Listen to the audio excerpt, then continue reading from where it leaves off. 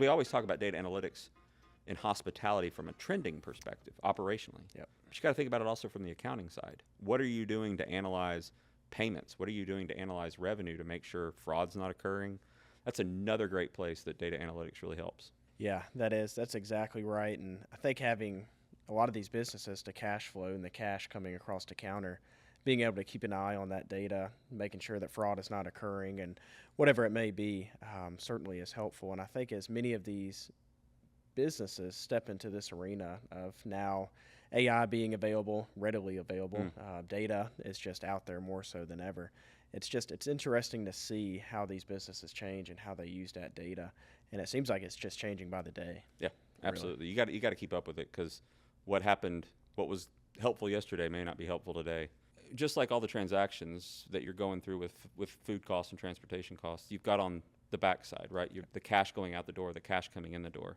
Analytics can be used from a fraud perspective to kind of, again, hone in on the trends, right? Do I have a location where cash just doesn't seem to be coming in as well as others, but the revenue's the same? Maybe that's an issue, and you've got to look at it and kind of, again, not just one data point. You've got to look at 4 or 5 data points together and say, where are those trends?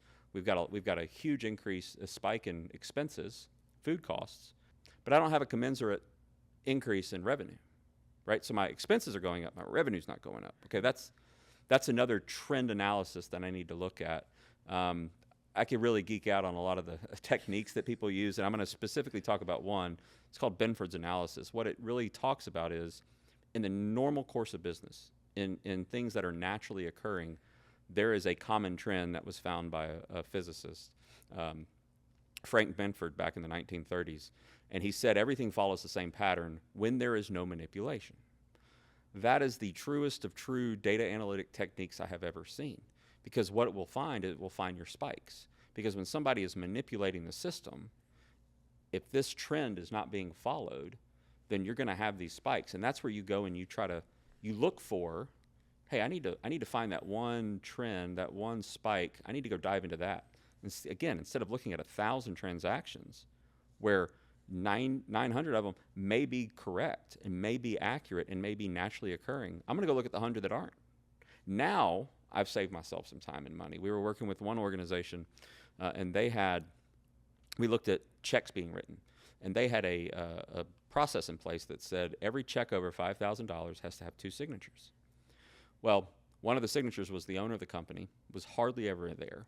And so when we started doing this analysis, I saw 2 spikes. I saw a spike at like 4,800, 4,900. We started looking at it. I didn't know about this process, this control they had in place at the time. And I went back and I just said, hey, can you tell me what happens at $5,000? And they said, well, every check over $5,000 has to be signed by 2 people.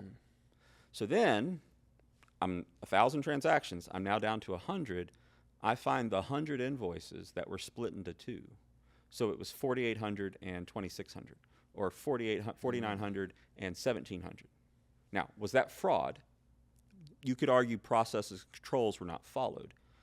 The explanation I got was, well, the owner's never here, and so we could never sign those checks. And so what we do is we split it into 2. Wow. Again, not fraud, but manipulation of natural occurring numbers. Yep. And so it's things like Benford's analysis that really help an organization dive into, where are my spikes? What do I really need to look at? And the moral of that story was, we went back to the owner, and he said, fine, I'll lower this to 2,500. And I said, great, next year we'll have a spike at 2,400. Like, you're not solving, right. Find somebody else to sign the checks. Yep. You're impeding the process, right? And so, again, we have seen this far too often where fraud is found with Benford's analysis, because the spikes are in the 8,500, the 9,500 range, which are not normal. And so fraud analysis, looking for the trends, looking for the spikes, looking for the unusual transactions is another way that data analytics can really be helpful.